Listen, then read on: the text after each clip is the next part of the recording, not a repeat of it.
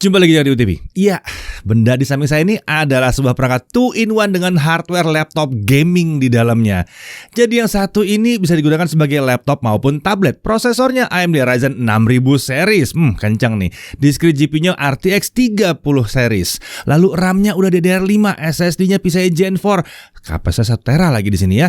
Dan masih bisa di-upgrade lagi. Layarnya QHD plus 165 Hz 100% DCI P3. Ya, laptop gaming unik yang satu ini adalah Asus ROG Flow X16 GV601.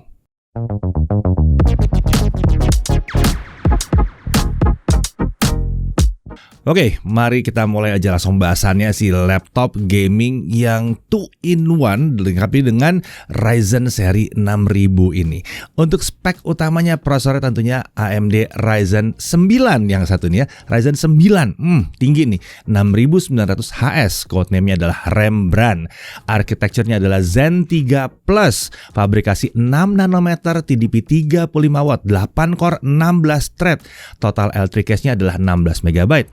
Integrated graphics-nya pakai AMD Radeon 680M dengan GPU architecture langsung RDNA 2 di sini ya. 768 stream processor. Untuk memori atau RAM-nya dia pakai 16 GB DDR5 4800 MHz langsung dual channel. Tentunya ini adalah RAM SODIMM, jadi bisa di-upgrade kapasitasnya. Menurut Asus, laptop ini bisa nyampe 64 GB. Nah, untuk storage yang terpasang adalah 1 TB SSD M.2 NVMe dengan jalur PCIe Gen 4x4. Menariknya, ada slot M.2 kedua, jadi storage-nya masih bisa diekspansi lagi tanpa mengganggu SSD utamanya. Slot M.2 kedua ini juga mendukung PCIe Gen 4x4. Nah, untuk discrete graphics dia pakai Nvidia GeForce RTX 3070 Ti laptop GPU dengan 8 GB GDDR6. Maksimum TGP-nya adalah 125 watt. Yang ini memang sesuai dengan nilai standar dari Nvidia ya. Fitur Max Switch tentunya sudah tersedia di laptop ini. Untuk pengaturannya tersedia pada menu GPU mode di software Armoury Crate dengan pilihan Ultimate. Di sini discrete GPU digunakan terus-menerus atau standar. Discrete GPU dan integrated graphics digunakan secara bergantian. Ada juga Eco, integrated graphics akan aktif terus-menerus, dan ada pilihan Optimize. Untuk wireless connectivity dia menggunakan modul MediaTek MT7922 ya, yang mendukung Wi-Fi 6E dan Bluetooth versi 5.2. Kapasitas baterainya nggak kecil, 90 watt hour, padahal tipis nih yang satu ini ya. Nah, untuk operating system, Asus ROG Flow X16 ini menggunakan sistem operasi Windows 11. Jadi bisa mainkan game dengan kualitas grafik yang realistis ya. Windows 11 juga membuat gamer dapat bermain bersama banyak pemain di konsol dengan menggunakan aksesoris gaming favorit mereka. Saat ini bermain, Windows 11 dapat mewujudkannya. Mau bermain apapun, kapanpun, playtime anytime ya. Nah, untuk body, form factornya itu convertible atau 2-in-1. Jadi laptop gaming ini bisa diubah menjadi tablet dengan memutar layarnya 360 derajat. Tentunya ada mode penggunaan lain seperti stand mode dan tent mode ya. Menariknya saat di tent mode atau mode tenda, laptop gaming ini relatif aman digunakan di atas permukaan yang empuk seperti kasur atau sofa karena tentunya ventilasi udara yang ada di bawahnya tidak akan terganggu.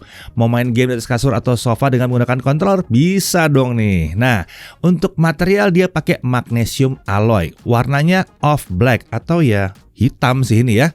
Untuk desain, walaupun datang dari seri ROG, penampilan laptop gaming ini ternyata tampaknya minimalis ya di sini ya. Jadi nggak kelihatan gaming banget. Keren nih.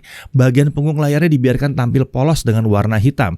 Punggung layar ini hanya dihias motif garis diagonal berkontur dan badge kecil di sudut bawah berisi logo ROG dan tulisan Republic of Gamers tentunya. Selain pada punggung layar, motif garis diagonal berkontur ini juga digunakan pada area sekitar keyboard dan touchpad. Untuk ukuran, panjangnya 35,5 cm, lebar 24,3 cm dengan ketebalan hanya 1,94 cm. Ini tergolong tipis untuk spesifikasinya dan apalagi mengingat baterainya yang besar tadi ya. Nah, untuk bobotnya laptop ini ada di 2,09 kg. Untuk sebuah laptop gaming dengan layar 16 inci ini sebetulnya tergolong ringan. Akan tapi untuk sebuah tablet memang sih rasanya ini agak berat ya. Untuk charger 555 gram. Ini adalah charger 240 watt. Chargernya gaming memang di sini. Total bobot kalau dibawa-bawa adalah 2,64 kg. Nah, untuk display, laptop gaming ini menggunakan ROG HDR Nebula Display dengan ukuran 16 inci. Tentunya ini adalah layar layar touchscreen. Ya namanya juga convertible ya, harus touchscreen. Menariknya, layar ini dapat dioperasikan menggunakan stylus yang disertakan loh dalam paket penjualan. Jadi ada stylusnya di sini.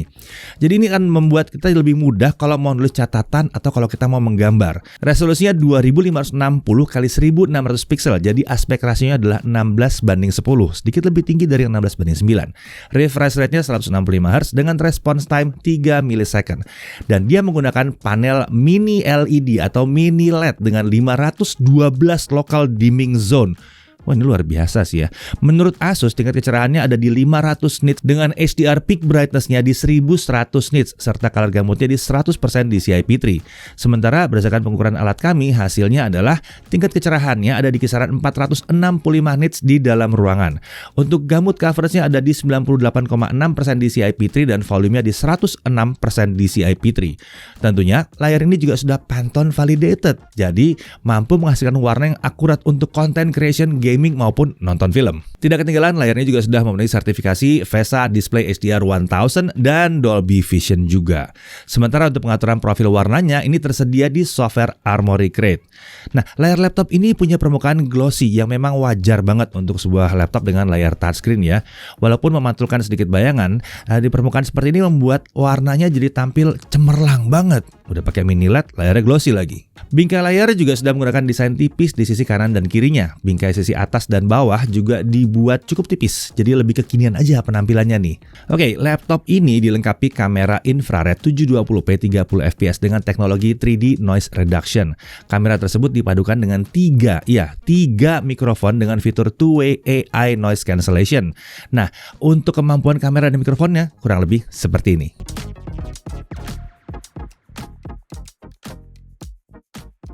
Ya, bisa dilihat di belakang saya, suasananya lagi ramai oleh kendaraan, jadi suaranya sangat bising sekali. Jadi gimana kualitas rekamannya?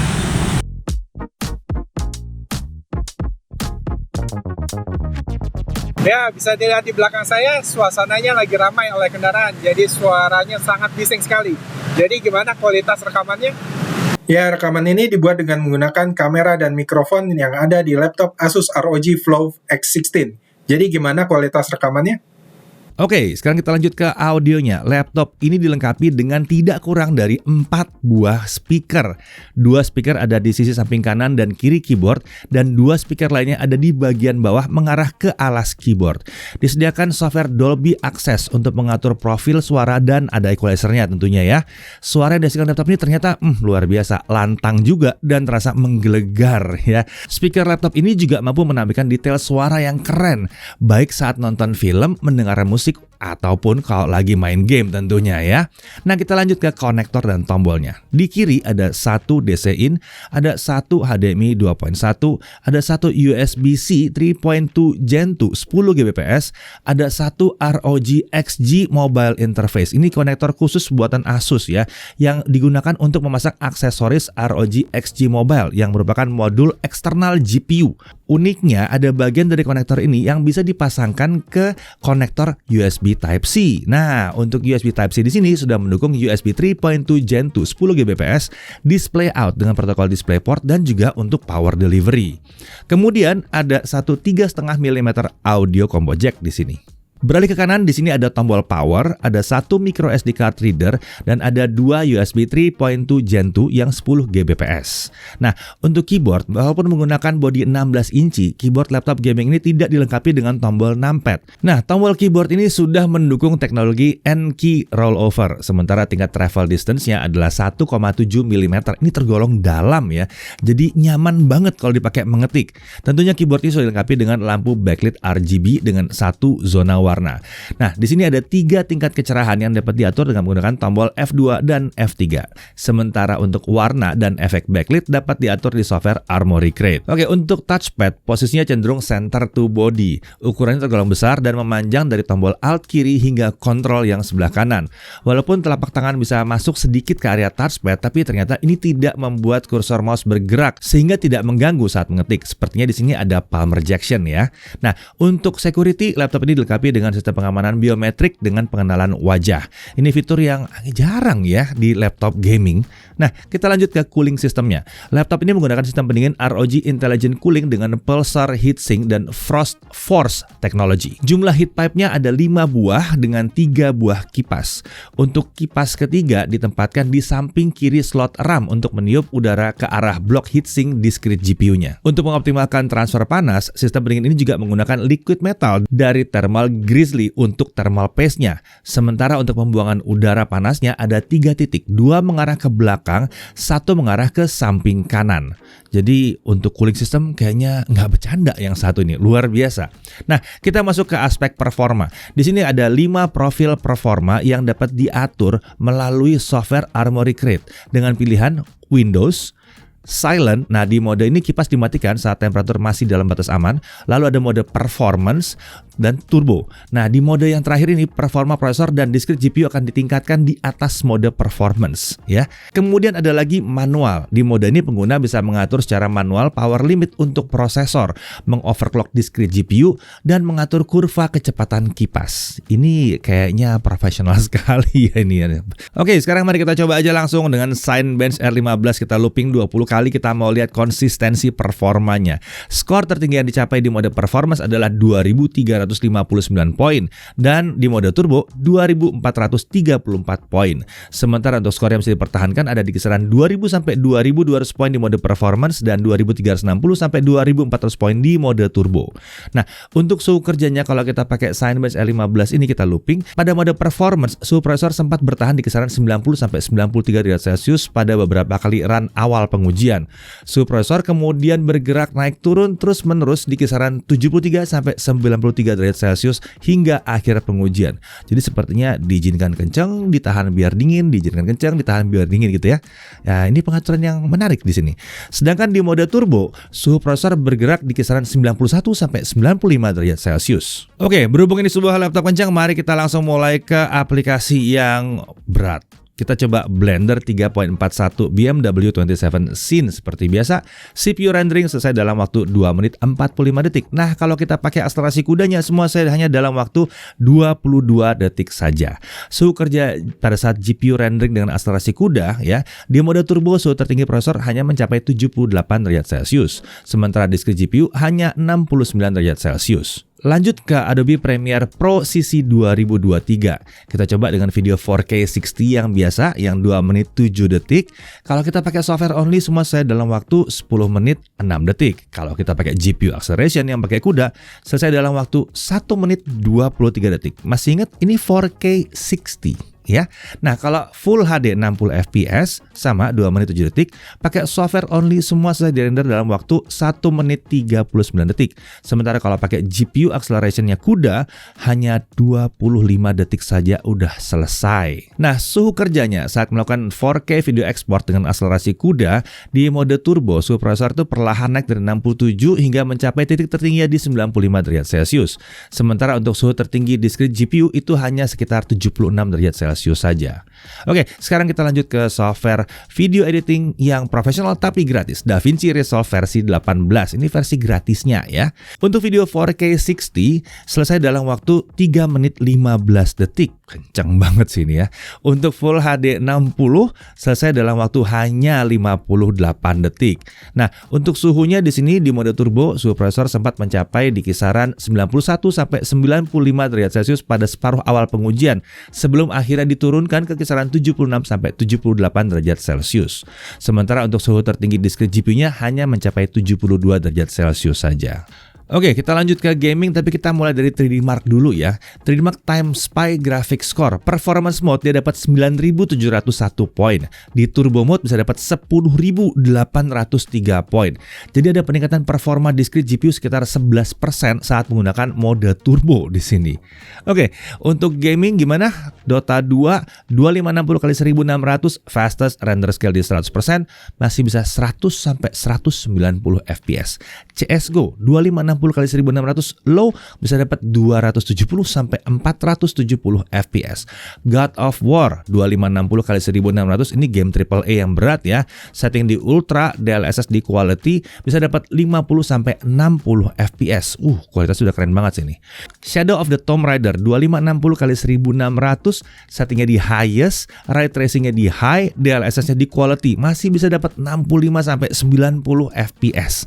Lalu beralih ke Cyberpunk 2560x1600 ultra, ray tracingnya di off kan aja di sini, DLSS-nya di quality, crowd density-nya di high masih bisa dapat 45 sampai 60 fps.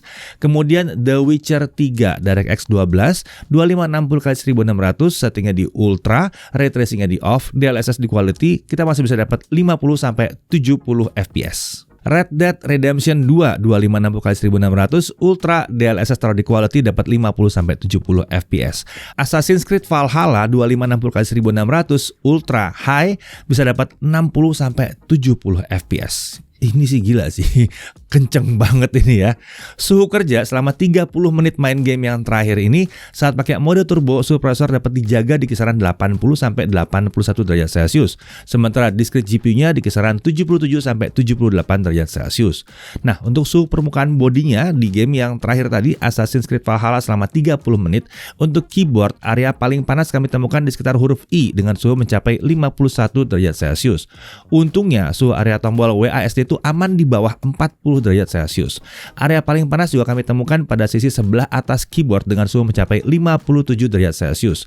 Sedangkan untuk area palm rest, suhunya masih terjaga di bawah 40 derajat Celcius. Nah, sekarang kita masuk ke storage test. Dengan Crystal Disk Mark kita bisa lihat bahwa kecepatan bacanya dari SSD ini adalah 7112 MB per second. Ini kencang. Kecepatan tulisnya ada di 5242 MB per second. Ini benar-benar sesuai dengan ekspektasi kami untuk SSD PCIe Gen 4, terutama di laptop yang super seperti ini. Nah, untuk daya tahan baterainya pakai mode Windows dengan brightness 50%, volume 25%, setting layar di 2560x1600 pixel. Kita lihat bahwa 1080p local video playback dengan GPU mode Ultimate, baterai habis dalam 4 jam 13 menit. Oke, kalau kita coba di GPU modenya standar bagaimana? Dia habis baterainya dalam waktu 9 jam 43 menit. Dan kalau untuk mode Eco, lucunya 9 jam 23 menit. Kenapa mode standar bisa lebih awet sedikit ya di sini? Nah, melihat dari hasil ini ya, jelas hal pertama yang kelihatan adalah walaupun performanya gila-gilaan, daya tahan baterainya masih bagus di sini. Nah, lalu kemudian kalau nggak dicolok ke charger, sebaiknya gunakan mode yang integrated graphics-nya aktif. Jangan dikunci ke GPU yang gedenya itu aja, akan boros baterainya. Oke, untuk charging bagaimana? 30 menit pertama terisi 57%, sementara dari kosong sampai full ternyata walaupun baterainya besar, bisa terisi dalam waktu 1 jam 39 menit. Ini kencang banget chargingnya, udah kayak HP ini chargingnya nih, luar biasa ya. Dan baterainya besar banget loh. Oke, untuk harga ya jelas nggak mungkin 9,9 juta ya. Ini laptop high-end, high performance banget, baterainya masih irit, lengkap pula sampai touchscreen ya.